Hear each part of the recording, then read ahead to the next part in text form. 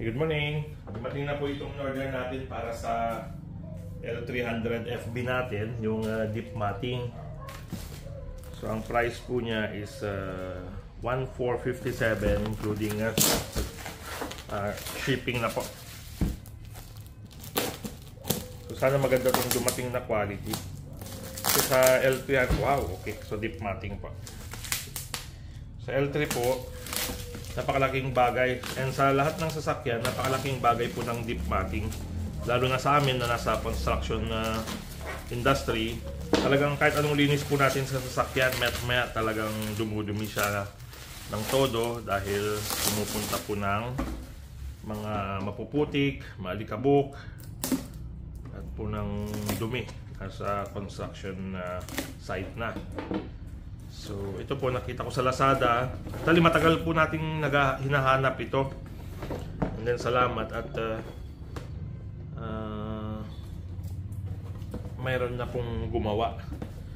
So L300 2024. Okay?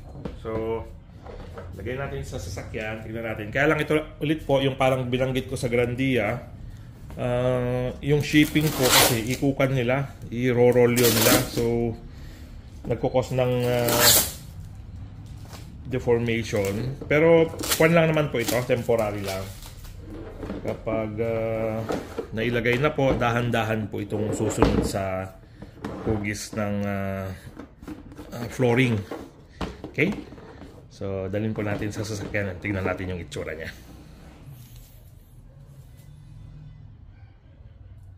Okay, so nandito na po tayo sa L3. Then tanggalin po natin itong mga nakalagay na matting.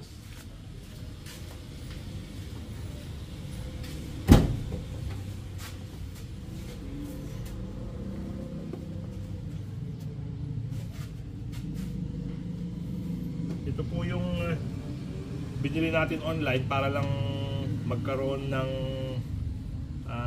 matting na rubberized, then kinat na lang po namin doon. So hindi na natin po ito kailangan.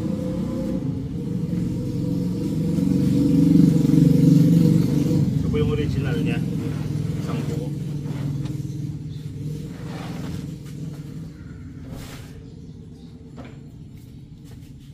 Okay.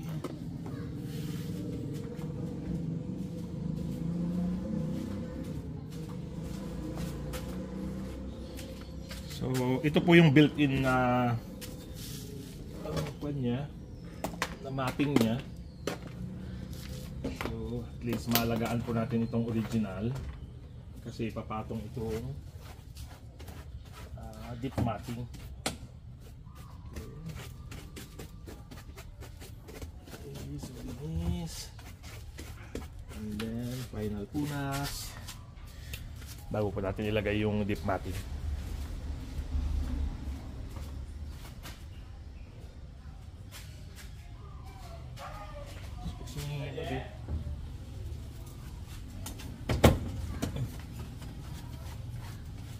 Lalo na po dito sa driver side, marami po yung mga nakalusot na mga dumi simula nung nagamit.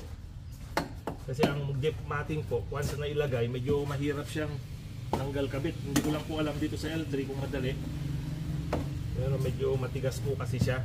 Kaya magandang once na nailagay, naka-firm na siya sa place niya. And then, punas-punas na lang po.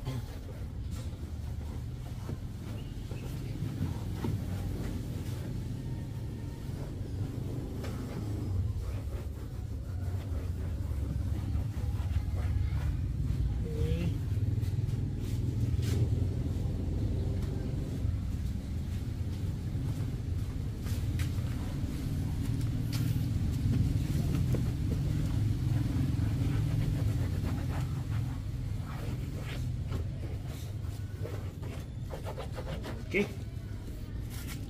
Mabilis na po. Lagay na po natin yung kanyang dip matting.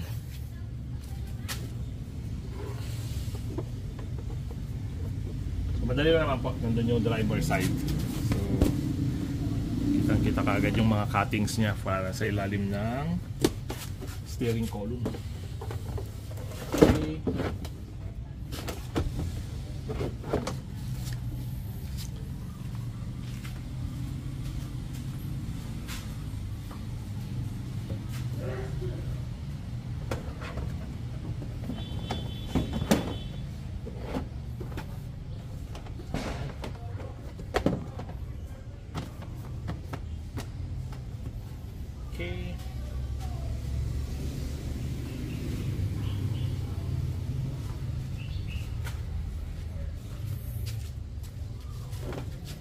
Yan. So, maganda po yung fitting niya. Quality wise, maganda rin po. So, overall sa 1,200 pesos plus, happy naman po tayo sa quality ng kanyang material. And also yung kanya pong craftsmanship, maganda rin po. So, salamat po sa nakapag-isip na gumawa rin para sa L3. Kasi normally po yung mga ganitong pantrabaho, though marami siya, feeling ko lang hindi siya masyadong binibigyan ng pansin pagdating sa mga ganitong accessories. Kasi siyempre po naka-design itong pantrabaho, and itong mga ganitong deep matting is normally nilalagay sa mga higher models. So medyo para sa isang kumbaga cargo truck, hindi sila normally nilalagyan ng ganyang pansin dahil ang paniniwala is pangharabas naman yan, pantrabaho, unlike sa mga SUV, sa mga kotse na talagang inaalagaan po kasi pang pamilya, pang personal. Pero sa mga pangtrabahong sasakyan, hindi po sila normally nabibigyan ng pansin sa mga ganitong klase ng accessories. Kaya nagpapasalamat po tayo sa nakapag-isip nito. Sana suportahan natin para yung mga ganitong klase ng innovations is mag-push through yung supplier kasi and manufacturer. Kasi syempre po kahit ako yung gagawa, maganda yung intention ko, pero hindi naman po siya business wise dahil walang bibili. May stock yung pera ko sa pag-produce ng mga ganyang gamit. So, highly recommended po ito sa mga L3 users.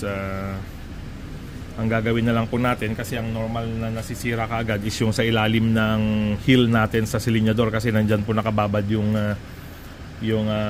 paa natin. And yun po yung unang bumigay sa Raptor, na butas po yung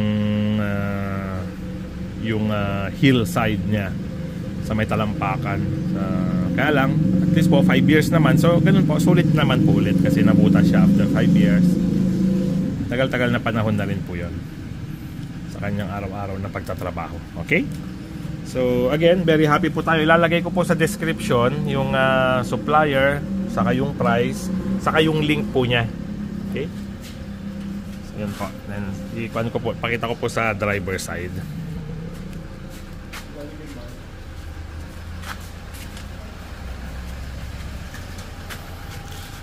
Ito naman po sa driver side. Okay. Sa una lang po, medyo nakaangat dito. Pero pag tumagal po ito, bababa rin ito. Okay.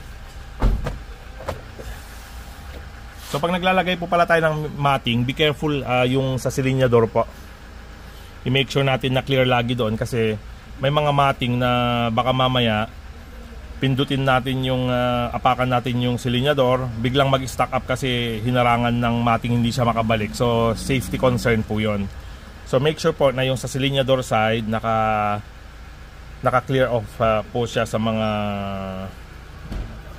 tawag dito, sa mga nilalagay nating mattings. Ito po, yan, para pag inapakan po natin, hindi po ito sumabit, na nakaapak lang siya. Okay? Ito ang ating improvement sa ating L300 FB deep matting. Salamat po.